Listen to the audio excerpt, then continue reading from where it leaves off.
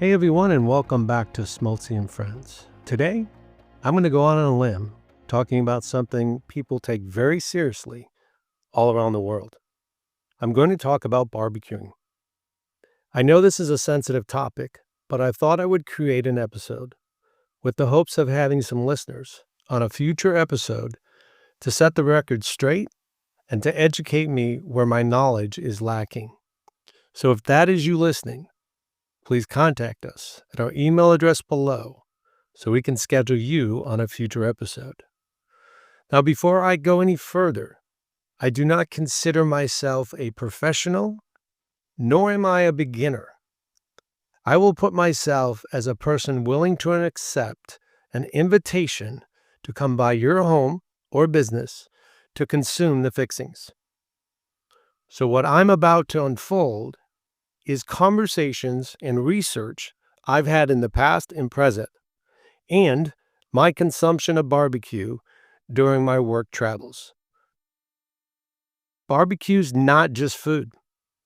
It's a passion for people, and it's a gathering time. It's that smell creeping out of the smoker at sunrise. So at this point, this is where I might lose some of you. I believe at the heart of it, you have two approaches. Dry rub, where you season the meat to perfection and let the smoke do the work, or I'm calling it mopping, where you're out there tending the fire, brushing on the sauce, every so often like an artist, adding layers to a masterpiece. So the question is, where do you land? So let me tell you a little bit about the dry rub crowd. These folks believe in bark. That beautiful crust that forms on the outside of the ribs or brisket. That's their pride and joy. The magic is you do it once and then you trust the smoke. No interruptions, no fussing, just low, slow, and steady. When you finally slice into that brisket and you hear that little crunch, that's when you know they did it right.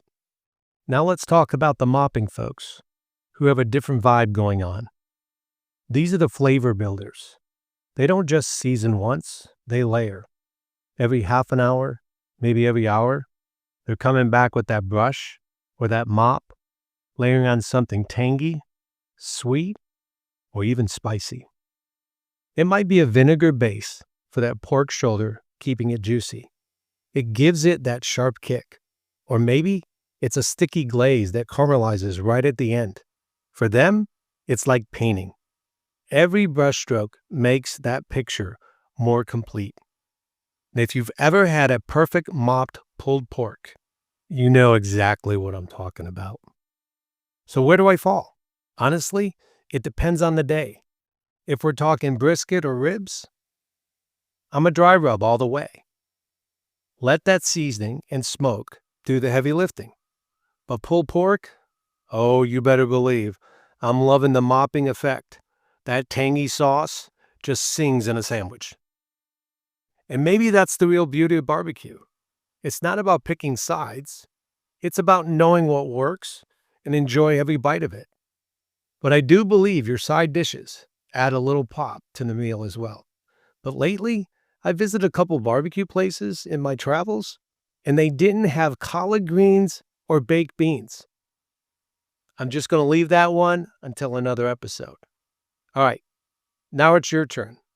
What's your barbecue go-to? Are you keeping it dry and letting the bark shine? Or are you out there with a mop like an artist with a brush? Hit me up. Send me a message. I want to see what's coming off your grill this summer. Or again, if you'd like to join us on a future episode to talk barbecue, please let me know. Email us at smoltzyandfriends@gmail.com or contact us on our social media platforms. Until next time, keep your fire steady, keep your flavors bold, and remember, the best barbecue is the one you share with me, your family, and your friends. See you all next time.